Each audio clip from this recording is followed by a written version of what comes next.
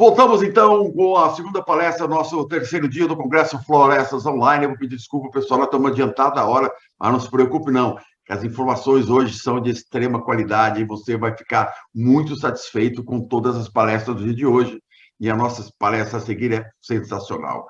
E também não deixem de depois passar para os amigos, aqueles que não puderam assistir, esse link que você está assistindo hoje no YouTube, aí você pode mandar depois para as pessoas, para que elas possam assistir o evento de hoje, a gravação do evento de hoje. E agradecer aos nossos patrocinadores, que sem eles nós não estaríamos aqui hoje fazendo esse evento e levando informação gratuita até você. Muito obrigado pela Bayer, a Controfor, Armogen, Mirex, S, Envix Ambiental, Dinagro, Komatsu Forest, Singenta e Atamex S. Muito obrigado por vocês acreditarem no sucesso e na continuidade do nosso Florestas Online, ano 2022, nossa 7ª edição. Mas não vamos perder mais tempo, não, porque o Caio já está na linha. Coloca ele aqui ao meu lado, Guilherme. Aê, o Caio está... Eu sempre erro lá. É aqui, pronto. Aqui, no vídeo é diferente. Bom dia, Caio. Bom dia, Paulo. Bom dia a todos. Satisfação imensa estar aqui com vocês hoje. Você está falando de que cidade hoje, Caio? Você anda mais com o Homem da Cobra também, né? A gente tem rodado, viu, Paulo? Mas hoje a gente está em Minas, né? A gente está em Bom Despacho. Muito bom. Caio, eu não vou perder mais tempo, não, porque sua palestra é muito boa, já estive vendo ela antes de começar. Então, assim, o tempo é seu, a palestra é sua. Manda bala, Caio. Obrigado. Pessoal, para quem não me conhece, eu me chamo Caio Varonil, eu sou maranhense, sou engenheiro florestal formado na Universidade Federal do Piauí, onde eu tenho muito orgulho, né, de ter vindo. Aproveitando, né, a oportunidade, um abraço aí para o pessoal da Federal do Piauí, que está todo mundo ligado aí, tá, Paulo? Todo mundo assistindo aí durante toda essa semana. Fiz o mestrado em melhoramento florestal pela UFV, junto aí do professor Gleison, no Genflor, professora Cassinha aí do LAPEN. Estive 4 anos em uma empresa do setor de aço, né, a multinacional de aço, que foi a ArcelorMittal. Inclusive, o que eu vou apresentar para vocês hoje é um pouco do meu trabalho de dissertação que nós executamos lá dentro da ArcelorMittal. Durante esse período, eu tive a oportunidade aí da gente estar protegendo aí os primeiros clones que entraram junto ao mapa como corímbia, de fato, né? Tudo que tinha antes foi protegido aí como eucalipto.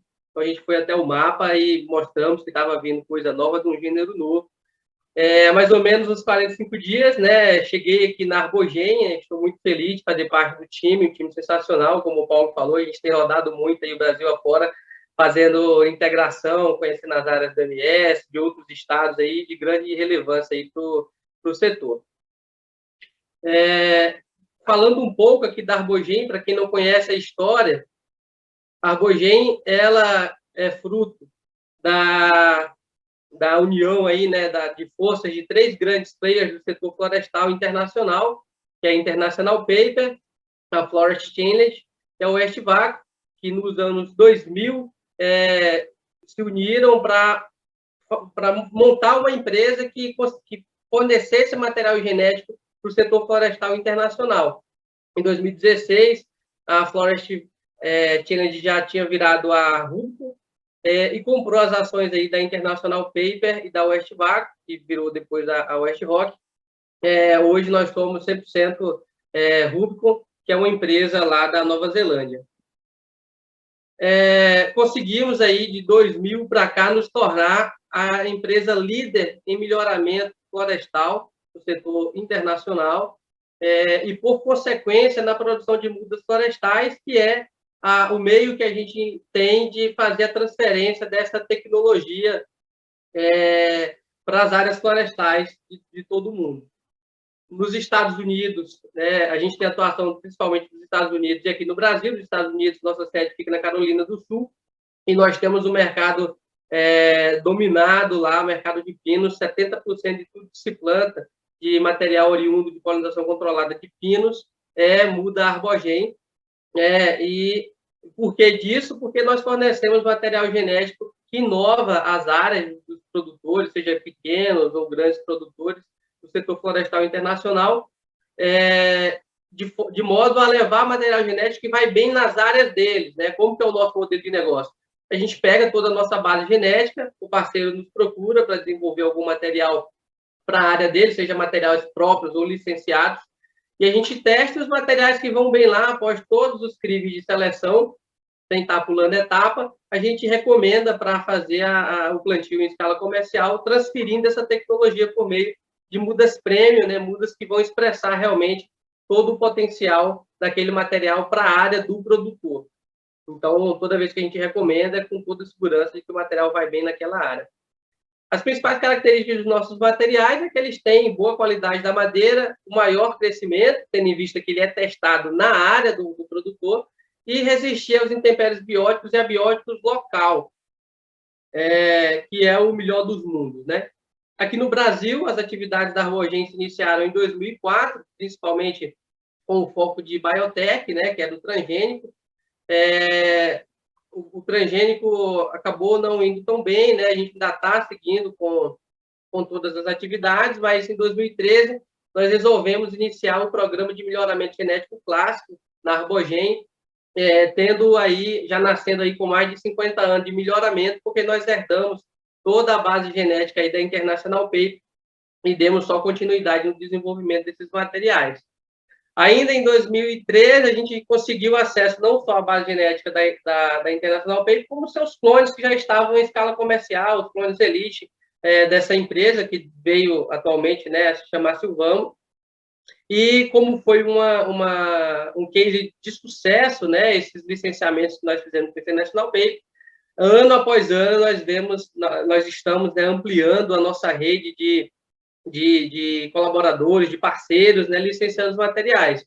Como bem o Roosevelt falou agora há pouco, né, em 2018 a Gerdau contribuiu ofertando, né, os materiais para o setor, inclusive materiais muito plásticos, estão indo bem em praticamente todas as regiões aí do país.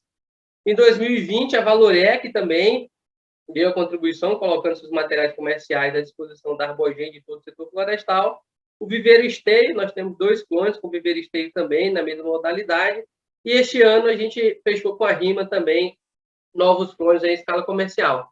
Pessoal, essas empresas, né, elas estão contribuindo de forma exponencial para todo o setor florestal, seja pequeno ou grande produtor, tendo em vista que o Roosevelt deixou bem claro para vocês a escassez de material genético que nós temos, praticamente, né, 75% a 80% de tudo que se planta hoje, ou de tudo que se colhe hoje, está sendo de 144, que é um clone aí que tem mais de 20 anos aí no setor.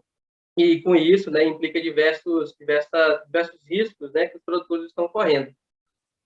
Se a gente somar, dá mais ou menos uns 30 clones, né, que a gente está levando para todos os sítios aí a nível nacional, que estão performando muito bem aí nas áreas, mostrando que a gente hoje temos sim opção para parar de plantar clones aí de domínio aberto e ter clone que realmente vai impactar a qualidade, né, a produtividade das florestas e da indústria.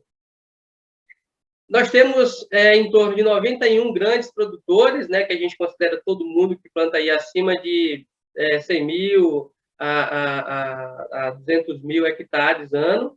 E também temos mais de 300, né, pequenos clientes, que é o pequeno produtor, que especificamente falando aqui de carvão vegetal, né, do setor siderúrgico, que é quem representa aí mais de 60% aí de tudo que se planta, tudo que se gera de carvão no setor atualmente. Nós contamos com uma rede de 17 viveiros, sendo 13 de eucaliptos, né, contando o próprio terceiro de eucalipto. Nós temos, sobre a administração da Arbogen, 3, um em Minas Gerais, outro no Mato Grosso do Sul e outro em São Paulo. E nós temos os demais, né, são viveiros de pinos, e um deles também está sobre a administração da Arbogen, lá em Santa Catarina. Atualmente, a nossa capacidade produtiva são de 100 milhões de mudas, né? A gente já tem já é número fechado, né? Para esse ano, a gente bateu recorde de vendas, estamos fechando com 100 milhões de mudas, inclusive estamos com um processo de expansão, né, de toda essa nossa capacidade produtiva, que nós temos a ambição de, nos próximos 5 anos, né, ver que a cada 5 mudas, ao menos 2 mudas que se plantam no Brasil, ao menos 2, né, sejam mudas Arbogen, e para isso a gente quer trazer sobre a nossa administração 1 a 2 viveiros aí por ano. Esse tem sido o nosso planejamento estratégico, inclusive para esse ano, né, se tudo der certo, a gente já vai aumentar a nossa capacidade produtiva de ao menos 10 milhões de muda ano. Falar um pouco para vocês, né, do programa de melhoramento florestal da Arbogen. Como eu falei para vocês, é um programa robusto, né, vem da herança de uma empresa que trabalhou ao longo de 50 anos, e nós estamos ampliando essa base genética, né, o Roosevelt trouxe bem aí as novas espécies que estão se destacando, principalmente em virtude do novo cenário ambiental, né, as incidências de praga, doença, vento, déficit hídrico, distúrbio, que estão assolando aí a eucaliptocultura atualmente.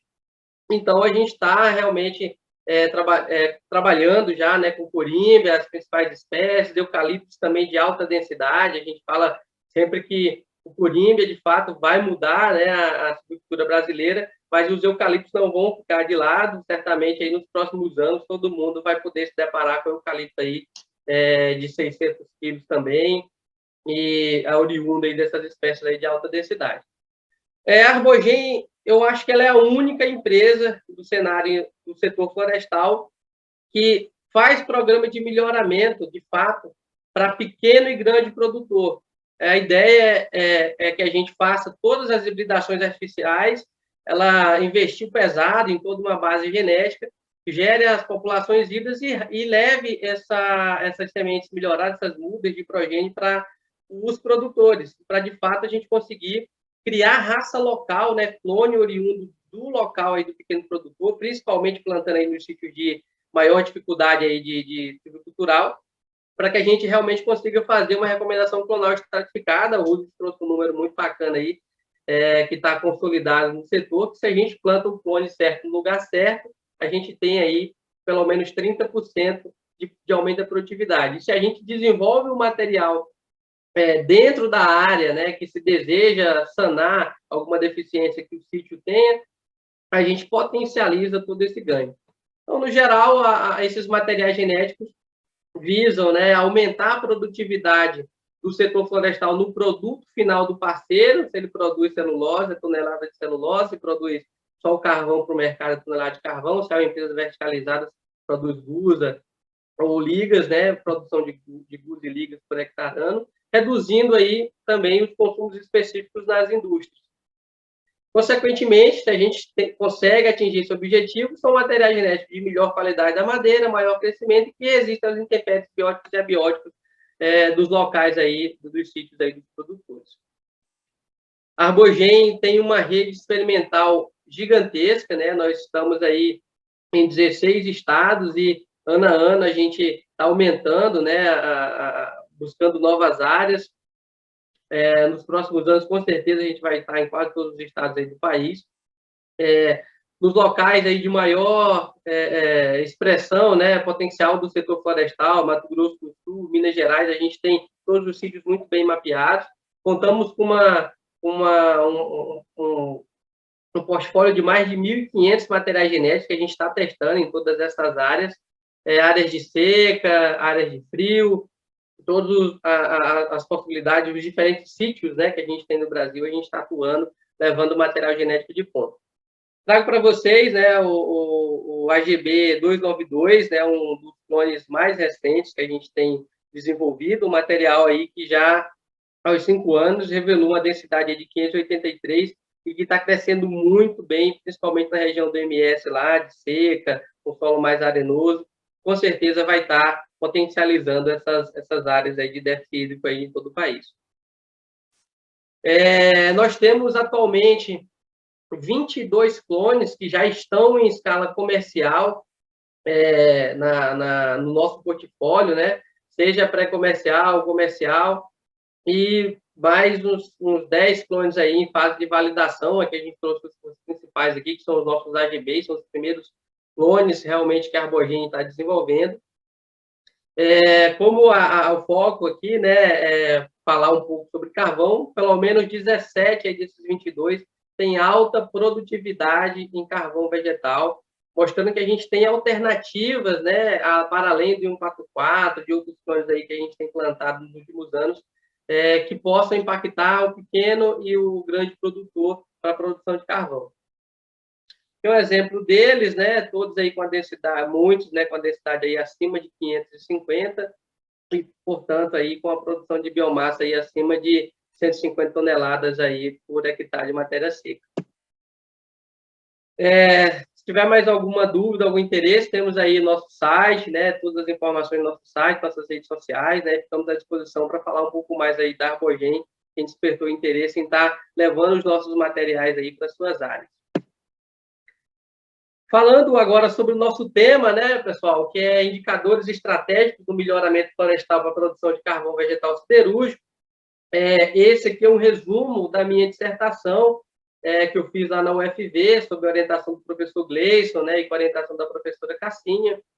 E contamos também com todo o apoio, né, dos especialistas em carvão, lá da ArcelorMittal, para a gente fazer toda essa discussão, que veio em função do seguinte: é sabido que, ao longo do tempo, todos os materiais genéticos que têm sido plantados em escala comercial para a produção de carvão tinham sido selecionados apenas com base no volume. Nos últimos anos, apareceu alguma coisa, né, alguns materiais pensando em densidade e muito pouco material pensando em lignina. Se a gente pegar aí um arsenal de diversas variáveis, né, que a gente tem, que impacta a qualidade do carvão e que impacta o setor de produção de ferro, elas não representam, né, apenas a densidade, o volume e a lignina não representam se o material vai bem ou não, né, em toda a cadeia produtiva do carvão. Então, a gente veio com o objetivo de mudar isso e fazer o que a gente vê que a indústria de celulose já faz. Toda vez que se tem um material plantado lá na indústria de celulose, é um material que tem um imacel muito bom e que tem uma redução de consumo específico de madeira por tonelada de celulose também muito pequeno.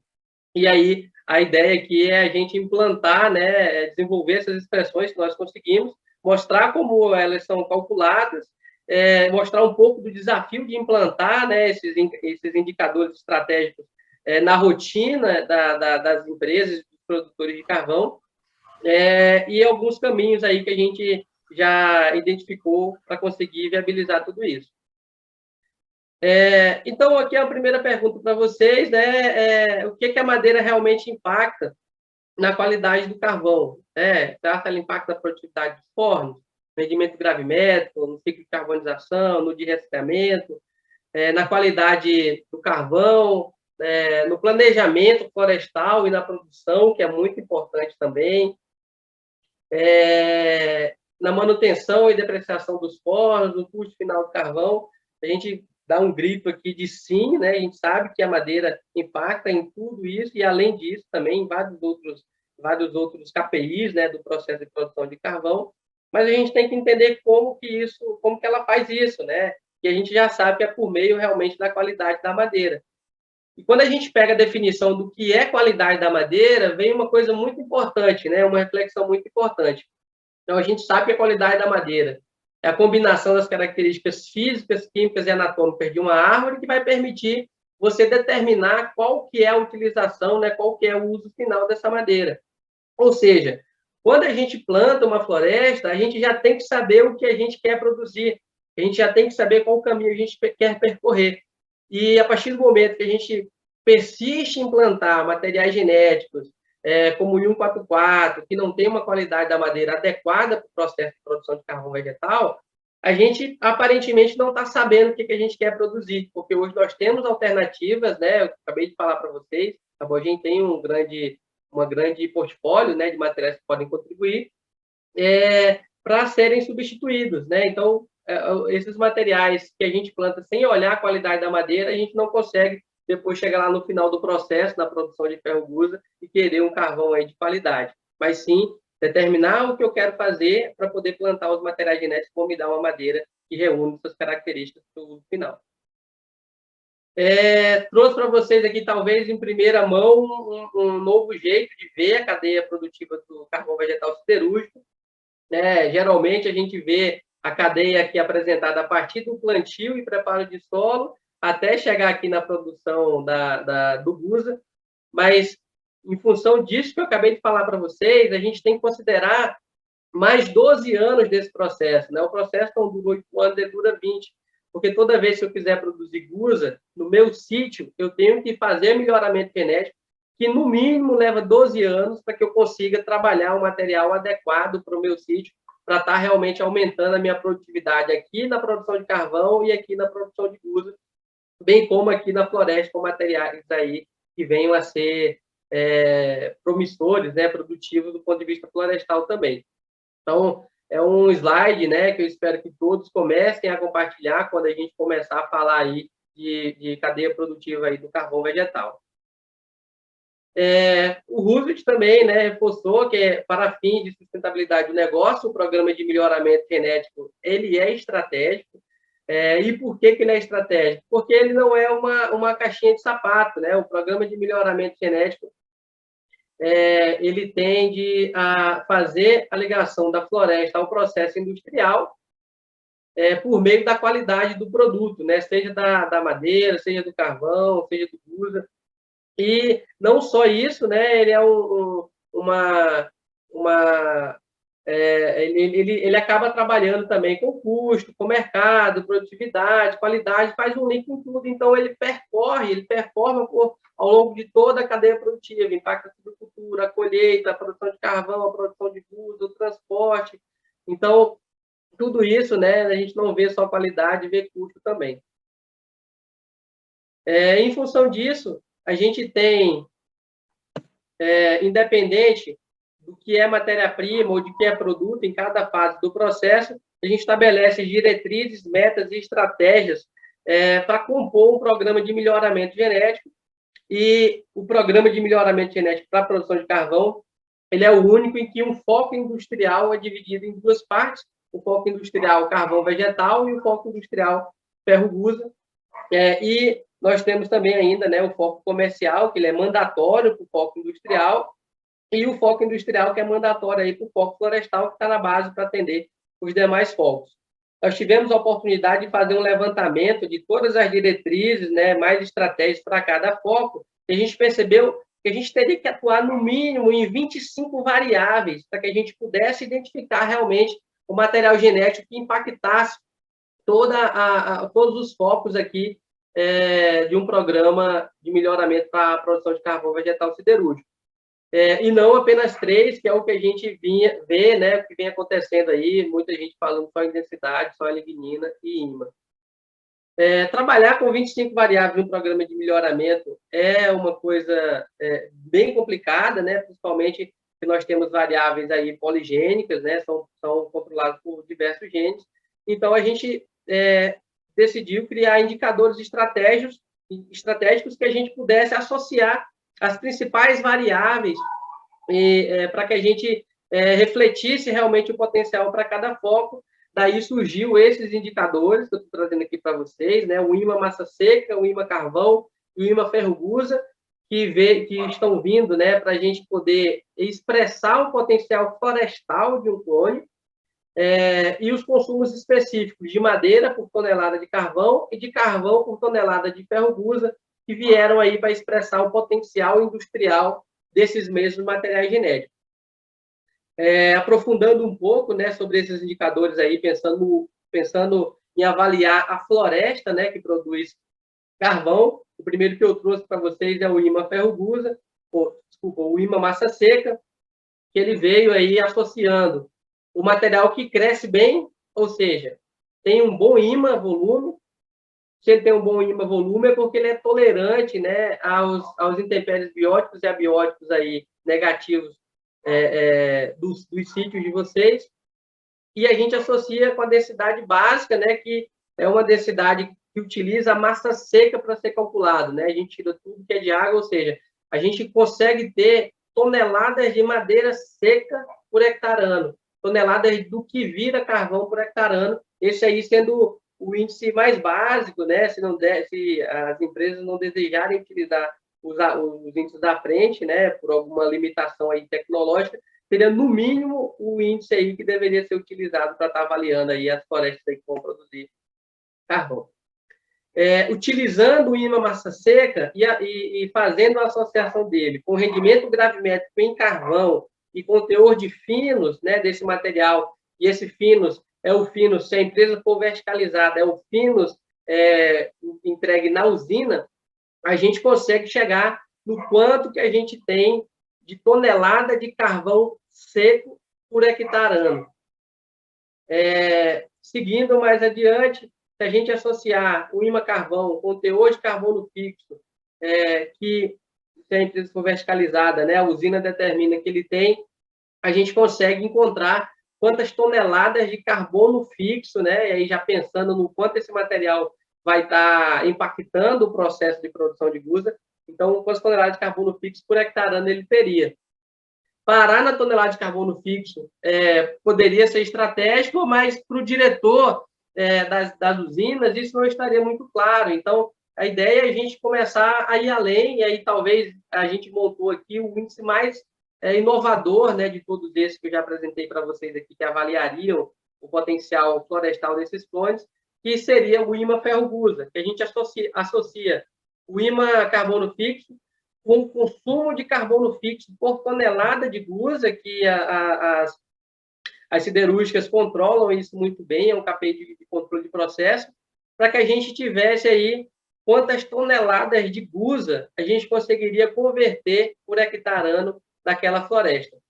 Consequentemente, colocando isso aí na rotina das mensurações, das avaliações que as empresas fazem aí das suas florestas, a gente conseguiria até fazer um planejamento para além, né, do processo de produção de carvão, indo lá a reportar, né, para a siderúrgica quanto que a gente poderia estar produzindo a mais, né, ou mantendo a produção de gusa por hectare, né, você consegue fazer um planejamento mais acurado, né, de todo o processo.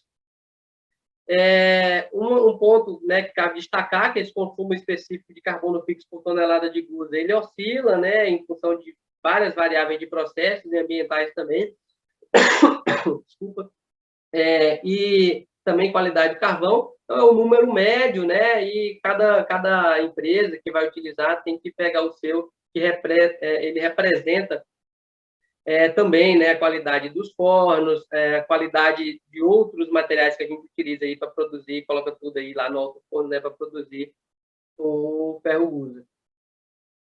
Nós fizemos correlações genéticas para ver quais variáveis esses índices que refletem, né, o potencial florestal estariam associados. Então, a gente percebe que ambos têm correlações genéticas. Eu selecionando para IMA ferro-gusa, eu estou selecionando o melhor material para a produção de carvão por hectare e para a produção de biomassa por hectare também, e vice-versa. Então, que conclusão que a gente tira disso, né? Empresas verticalizadas devem utilizar, né, o IMA ferro-gusa como principal indicador para avaliar as florestas, a produtividade das florestas. Empresas que vendem carvão para o mercado devem utilizar aí, no mínimo, o IMA carvão vegetal para estar fazendo aí a seleção dos materiais que performam bem em suas áreas. Aqui, um pouco do que a gente encontrou, né, fazendo algumas avaliações em escala comercial, em escala a nível comercial, realmente, de materiais aos 7 anos, materiais que se desenvolveram no Cerrado Mineiro, a gente percebe que tem uma variação em todos esses índices, né? Então, biomassa seca para 7 anos, aqui comparando esses 4 materiais aqui são corimbe, aqui é o 144 que foi testemunha, nós tivemos aí uma variação de 6,1 a 2,5, sendo que o melhor material pode colaborar aí, né? Tem o potencial para contribuir com aumento de 13% a mais de biomassa por hectare ano, biomassa seca, né, do que vira carvão. O IMA carvão, a gente teve uma variação de 1,6 a 5,5 toneladas de carvão por hectare ano. Comparado aqui com a testemunha, a gente viu, né, que teve esse mesmo material, pôde contribuir no aumento aí de mais de 9%, né, 9% na produção de carvão por hectare ano. Vindo aqui para o IMA ferro-gusa, variou de 2,8 a 9,7, desculpa, e a gente viu que o mesmo clone teve o potencial aí de aumentar o incremento em tonelada de gusa por hectare ano em mais de 13%, quando comparado aí com a testemunha. Então, vocês estão vendo aqui que tem variabilidade, né? Eu não trouxe aqui para a apresentação a parte genética disso tudo, mas a gente chegou a analisar os parâmetros genéticos e a gente percebeu que é possível, sim, fazer seleção genética com esses índices, porque os índices apresentaram uma boa acurácia na seleção e uma grande, né, uma herdabilidade alta, né, tanto individual do clone quanto herdabilidade alta aí de média clonal.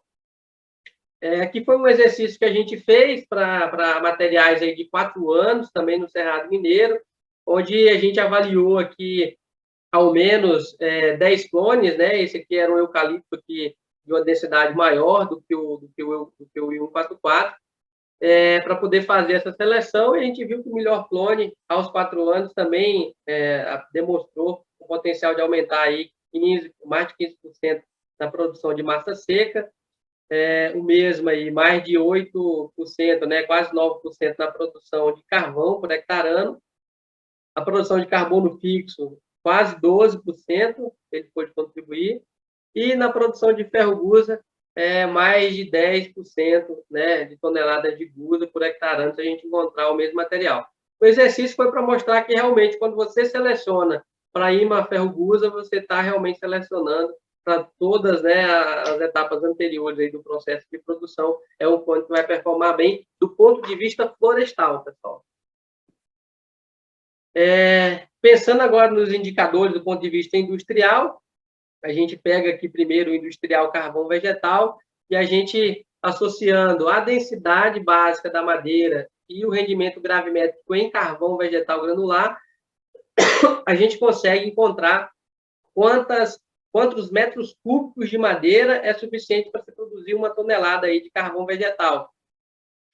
E pensando aqui no foco industrial ferro gusa, a gente associa a densidade a granel do carvão, e essa densidade é a densidade que chega na usina, a densidade de carreta, associa com o carbono fixo também lá da usina, associa também, né, com o consumo específico de carbono fixo por tonelada de ferro gusa, e aí a gente consegue encontrar quantos metros cúbicos de carvão é necessário para se produzir 1 tonelada de ferro gusa.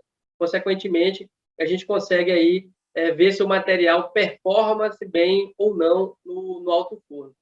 Para ambos, né, a gente está vendo aí que pega informações que estão além da qualidade da madeira, além da qualidade do carvão, porque quando a gente pega um consumo específico aqui de carbono fixo, a gente está vendo que ele é ditado também pela marcha de processo de produção no alto forno, pelo minério que eu utilizo, a sucata que eu utilizo, então ele reflete, né, todo o potencial produtivo, né, da indústria. Avaliamos também a correlação genética desse material, então os dois também têm correlação significativa a 1% e positiva, ou seja, quando eu melhoro para redução do consumo específico de carvão, de madeira para carvão, eu também estou reduzindo o consumo específico aqui de carvão para a produção de gusa. São variáveis que aí refletiram também, né, mostrando por que as densidades são muito importantes. Então, quanto maior a densidade básica, né, quanto menor a densidade básica, vai ser maior esse consumo, né, elas são indiretamente proporcionais, que estão associadas, foram significativas, consequentemente também a densidade do carvão, que também, né, tem uma alta correlação com a densidade básica da madeira. Então, são variáveis que estão aí bem correlacionadas, aí, inclusive, com alto nível, né, de significância. Que também já era de se esperar, está associado também ao IMA volume, porque a gente sabe, né, não é regra, mas geralmente quanto maior o volume dos materiais, menor sua densidade, consequentemente aí a gente vai ter provavelmente um maior consumo aí das matérias-primas para a produção dos produtos finais. Trouxe para vocês também a avaliação dos materiais aos 7 anos, para vocês perceberem um pouco aí do como tem variado. São mesmos materiais que a gente apresentou o foco florestal, a gente vê que o mesmo clone 4, né, teve um potencial de reduzir o consumo em mais de 19% da produção de carvão, né, considerando aí uma mesma quantidade de madeira. Essa variação foi de 6,3 a 7,8. No consumo específico aqui de carvão por tonelada de gusa, essa variação foi de 2,1 a 2,8, né, metro cúbico de carvão por tonelada, onde a gente teve um outro clone aí que teve o potencial de reduzir, tem o potencial de reduzir em até 25% o volume de carvão para se produzir uma mesma tonelada de glúten. Da mesma forma que eu falei para vocês dos indicadores aí para avaliação do potencial na floresta, a gente também fez os dados, as avaliações genéticas, né, desses dois índices, e a gente percebeu que também são índices que dá para se utilizar nos programas de melhoramento, porque eles tiveram uma alta acurácia de seleção e tem herdabilidade aí individual dos clones e média clonal também. Para os consumos específicos, né, todos os corímbias que a gente avaliou, comparado com essa questão de eucalipto, são superiores, né, para reduzir esse consumo específico, aí, tanto na produção de carvão quanto na produção de gusa, onde na produção de carvão o melhor clone teve o potencial de reduzir aí em mais de 27% o consumo do volume de madeira para se produzir uma mesma tonelada de carvão, e mais de 21% o que se consumiria, né, de metro cúbico de carvão para se fazer a mesma tonelada de gusa. Pessoal, mas a gente sabe que não é fácil, né, operacionalizar isso tudo. Se fosse fácil, com certeza muita gente aí já teria feito, e a gente discutiu algumas coisas, né, para tentar viabilizar isso e levar isso realmente para a operação. Então, quais são esses desafios? De modo geral, a gente tem que implantar os IMAs, né, na rotina de avaliação da produtividade das florestas, ou seja, no inventário contínuo, inventário precoce, e implantar também na rotina de controle de processo da produção de carvão e do gusa, bem como na produtividade dessas unidades, os IMAs, os consumos específicos, né? CMCV, consumo específico de madeira por tonelada de carvão, e CVFG seria o consumo específico de carvão por tonelada de gusa, por meio do apontamento correto, né, de todo o processo produtivo. Como que a gente faria isso? Primeiro, a gente tem que determinar a densidade da madeira durante todo o inventário, né, a partir do ano 1 aí, que se faz as medições. Na UPE, a gente tem que determinar o rendimento gravimétrico em carvão, e a gente sabe a dificuldade de se ter um número bem acurado do rendimento gravimétrico em carvão, por diversas questões aí de processo. E lá na produção de ferro-gusa, a gente tem que ter o teor de carbono fixo, a densidade a granel e o teor de finos, né, que é entregue aí para as usinas. Se for empresa que não é verticalizada, mas que vende mas que vende carvão aí para o setor, essas avaliações aí são no momento da expedição. A gente sabe que isso não é fácil, a gente sabe que em muitas empresas é difícil essa comunicação da empresa do grupo que se produz carvão e da empresa do grupo que se produz o ferro-gusa. Acho que é uma barreira grande a ser rompida aqui. E na produção de carvão, nós temos, sim, tecnologias, meios para poder estimar o rendimento gravimétrico em carvão da forma correta, da mesma forma aí na floresta para avaliar a densidade aí, sem prejudicar, né, todo o processo aí de crescimento, né, sem reduzir a área plantada para isso, que a gente não vai ficar fazendo tudo aí de modo destrutivo, né. A primeira dificuldade é uma coisa que a gente tem que avaliar, é o seguinte: na hora da gente determinar o volume, né, e só lembrando que esses índices devem ir em escala operacional, ou seja, a gente tem que refletir ou chegar mais próximo possível do quanto se produzirá realmente de carvão e de gusa. Consequentemente, a gente sabe que na hora da gente fazer o inventário, né, o VMI natural, a madeira, se for corímbia, tem pelo menos 60% de umidade, se for eucalipto, a gente tem materiais aí que chegam a ter até 120% de umidade. Mas que a UPE, né, deseja, geralmente, receber madeira com 30% de umidade, em função aí dos benefícios de carbonização e qualidade do carvão. E aí a gente tem que fazer alguns estudos para avaliar o seguinte: qual que é a retração dessa madeira, né? A gente, aqui uma curva, né, de secagem aqui dos corímbios. Qual que é a retração dessa madeira? Eu vou perder muito volume, né? Qual o volume que eu vou associar, então, para que eu tenha um IMA carvão, um IMA ferro-gusa mais assertivo? Porque se isso começar a entrar no planejamento, eu não posso dar furo em dizer que eu vou ter tantas toneladas lá e isso ser reduzido em função de eu não ter conhecimento de qual foi a taxa de retração dessas madeiras.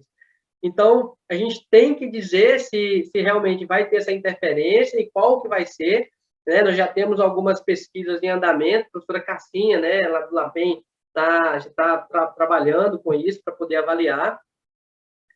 Da mesma forma, a densidade, né? Qual que é o desafio? Primeiro, a gente tem que fazer no inventário contínuo via métodos não destrutivos, e nós temos diversos métodos, temos que encontrar qual que é o método mais assertivo para fazer isso. Então, temos o Piludim, que todo mundo conhece, o resistógrafo, que é uma ferramenta muito boa também, a gente já viu, inclusive, alguns trabalhos que mostram ele como a melhor alternativa para se fazer densidade por meio não destrutivo, e temos o NIR, né? Eu tive a oportunidade de trabalhar com o NIR em um outro projeto, inclusive era um projeto de implantação desses indicadores na empresa em que eu trabalhava, para que a gente pudesse avaliar de forma não destrutiva não só a densidade, mas aqueles outros indicadores que eu comentei com vocês aqui ao longo da apresentação, que são estratégicos para a gente poder calcular aí os demais índices.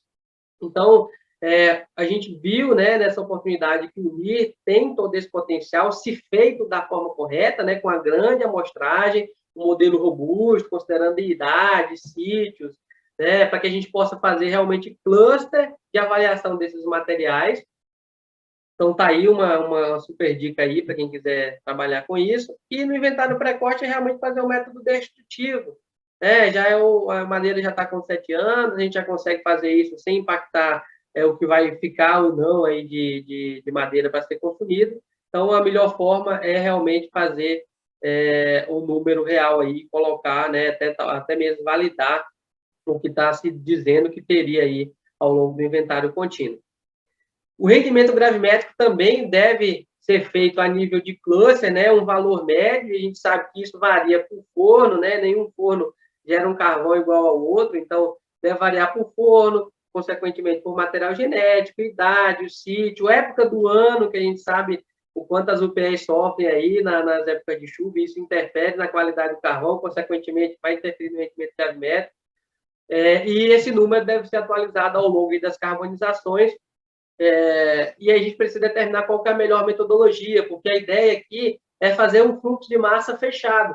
Então, caminhão de madeira chega, pesa na balança, talvez um box aqui com balança também, ou então um outro método que a gente consiga determinar realmente o que entrou de massa de madeira para o forno e o que saiu de massa de carvão aí do forno, e conseguir ter um número que realmente médio, né, por sítio, que realmente expressa aí qual que é a minha conversão madeira-carvão real. Pessoal, era isso que eu queria trazer para vocês, né? Agradeço mais uma vez a oportunidade. Paulo? Olá, vou segurar, eu vou pedir para o nosso diretor segurar mais um pouco sua tela aí, para o pessoal ir anotar com calma, tá? Então, tá aí. Caio Baronil, Melhoria Cebogem, tá aí o WhatsApp dele, o telefone, os 2 WhatsApps, né?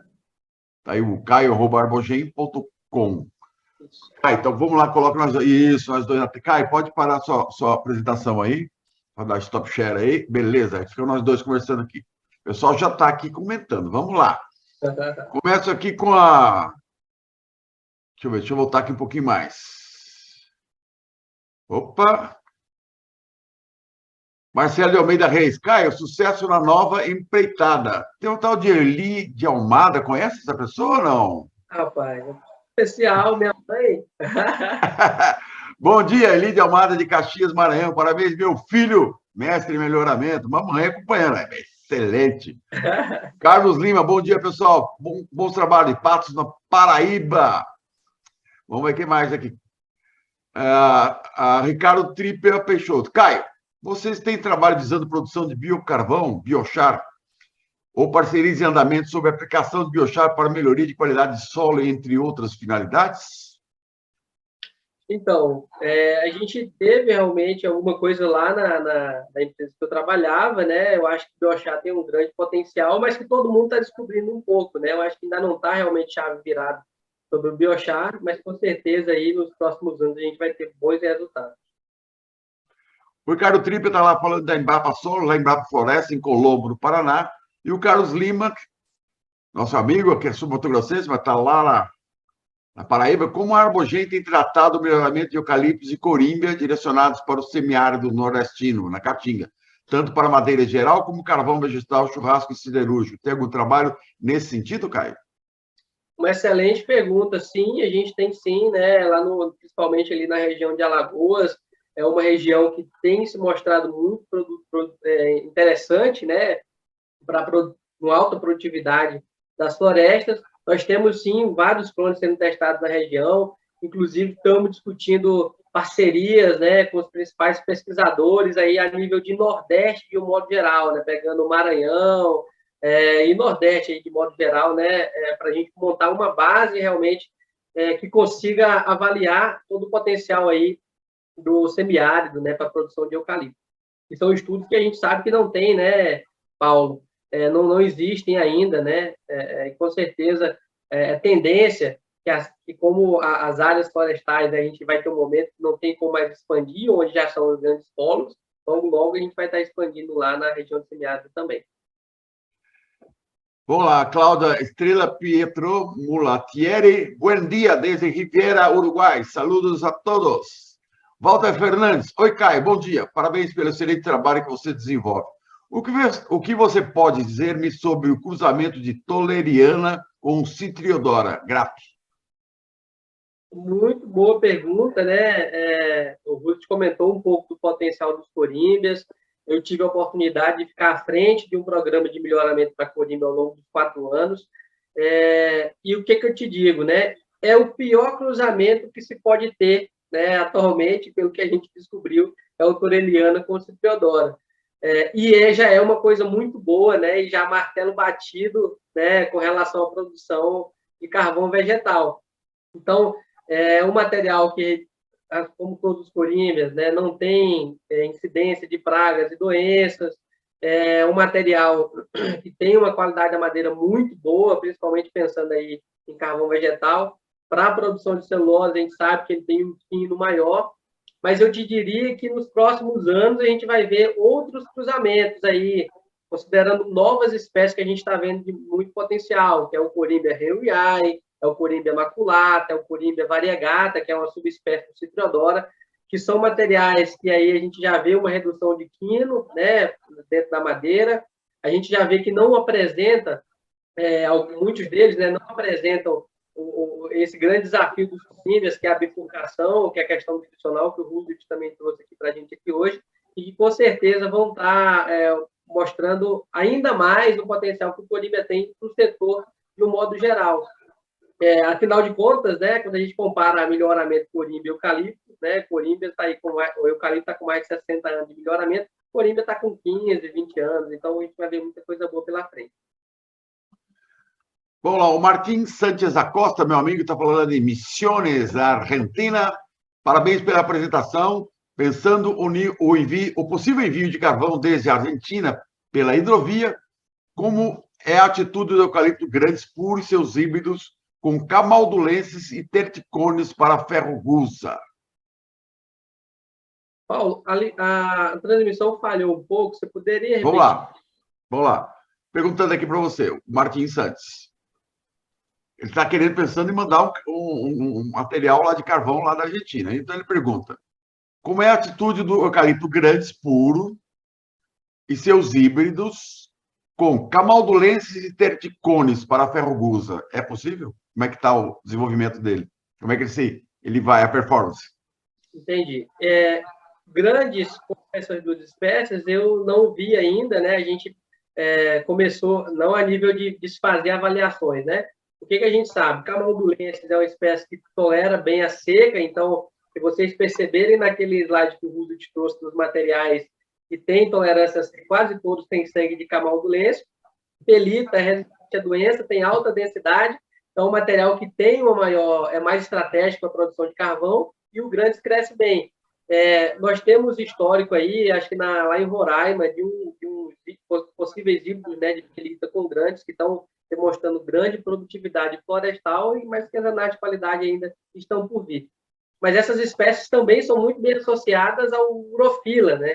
Que aí sim, eu acho que talvez fosse um caso aí de ser mais estratégico que o grandes, porque o urofila também cresce muito bem, um material plástico e também contribui para a qualidade da madeira. Bom, vamos lá. Ana Ananda Guiar, parabéns, Caio. Monelzito Botelho. Qual o teor de carbono fixo ideal para o carvão vegetal usado em alto forno para ferro-gusa? A densidade da madeira é diretamente proporcional ao teor de carbono fixo do carvão produzido? Muito boa pergunta.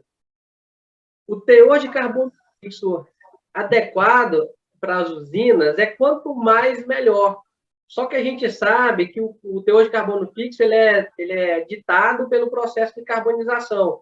Então, a gente já faz uma marcha de carbonização para obter um valor X, né? O que as siderúrgicas têm consumido hoje tem variado aí de 74 a 76, mais ou menos, de carbono fixo.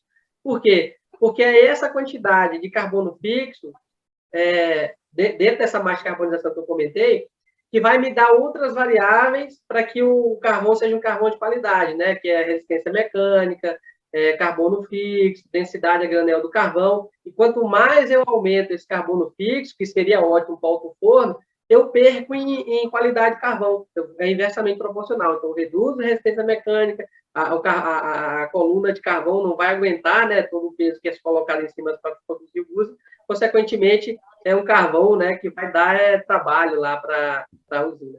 Qual foi a outra pergunta dela? A densidade da madeira é diretamente proporcional ao teor de carbono fixo do carvão produzido? Boa pergunta. A densidade da madeira, se a gente for olhar de forma isolada, ela não está associada realmente ao teor de carbono fixo, porque o teor de carbono fixo do carvão, ele é uma variável de processo. Eu consigo colocar a marcha para dizer se eu vou colocar 70 ou se eu vou colocar 80 de carbono fixo. Agora, a densidade a granel do carvão, ela vai estar associada nessa taxa de carbonização também, que está associada porque assim, quanto mais você aumenta o teor de carbono fixo, mais você vai reduzindo, né, o que se tem aí de material agregado, porque você diminui a resistência mecânica, você vai interferir nas outras qualidades. Só que, independente do teor de carbono fixo, que geralmente não tem variado muito, né, está entre 74 e 76, o que varia é a densidade a granel do carvão, porque a gente tem variação na densidade básica da madeira, que esses sim, né, são duas variáveis que estão extremamente correlacionadas. A gente sabe que, no geral, a densidade do carvão vegetal ela é 40% do valor da densidade básica da madeira. Se eu pego o corímbia como exemplo, né, que está trazendo a densidade básica da madeira de 600, 650, eu já vi material até de 678 quilos, né, por metro cúbico de madeira, vai te trazer maior densidade a granel de carvão, e com a mesma taxa de carbono fixo que você já teria, você vai aumentar ainda mais a quantidade de carbono fixo por metro cúbico do alto forno. Consequentemente, você reduz o consumo específico aí de carvão por tonelada de gusa. Então, são variáveis que são independentes, mas que no final do processo elas conseguem se associar. Vamos lá. Ricardo Wagner, parabéns pela apresentação. Caio, o Moacir Fantini. Bom dia, Caio. Alguma informação ou interação entre a Arbogen e a Cancore para materiais de urofila e pelita trazidos para o Brasil? Isso eu vou ficar te devendo, né? Eu posso dar uma olhada aí, né? Eu estou há praticamente 45 dias aqui na Arbogen, não sei te falar essa informação, mas depois você pode me chamar no Zap aí que a gente conversa. Legal. O Fábio Silvano Aterro, parabéns. Gilberto Alípio Cardenas Tobisco, parabéns pela apresentação. Caio, desde Apurimac, no Peru.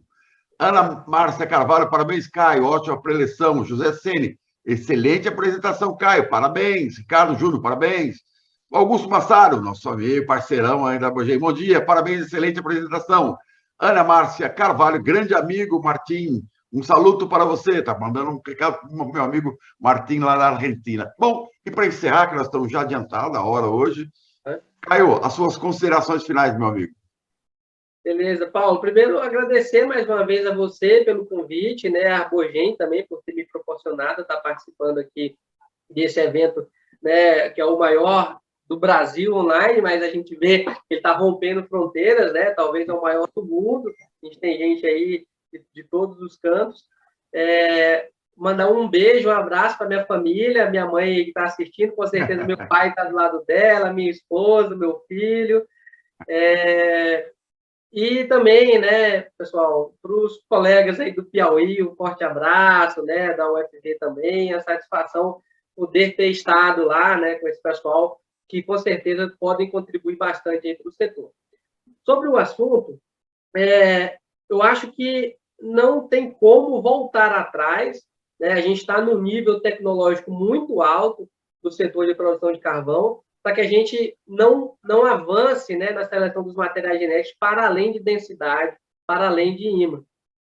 Os índices estratégicos que eu trouxe aqui para vocês, eles são muito adequados, porque eles refletem, além da qualidade da madeira, refletem os intempéries, né, o quanto o material tolera, né, os intempéries climáticos, também as doenças, e estão associados às questões produtivas, né, aos processos. São índices que refletem aí, quando a gente fala de consumo específico, está associado ao tipo de forno, está associado ao tipo de carbonização, à marcha de carbonização, da mesma forma que quando a gente fala aí de consumo específico de carvão por tonelada de gusa, está associado também à qualidade de minério, à marcha lá do processo de produção de ferro-gusa. Então, são índices muito estratégicos que vai realmente revolucionar, né, quando o material for indicado com base nesses índices, vai revolucionar todo o processo de produção. O meu sonho, Paulo, é que a gente, no setor florestal de carvão, que é um setor o segundo maior, né, muito estratégico, né, mexe, né, com toda a cadeia aí da floresta aqui no Brasil, é que a gente comece a fazer as mensurações realmente com base em carvão, em gusa, falar do material aí com base nos seus consumos específicos, semelhante ao que a celulose aí já faz aí para os seus materiais. Era isso, um abraço e obrigado mais uma vez pela oportunidade.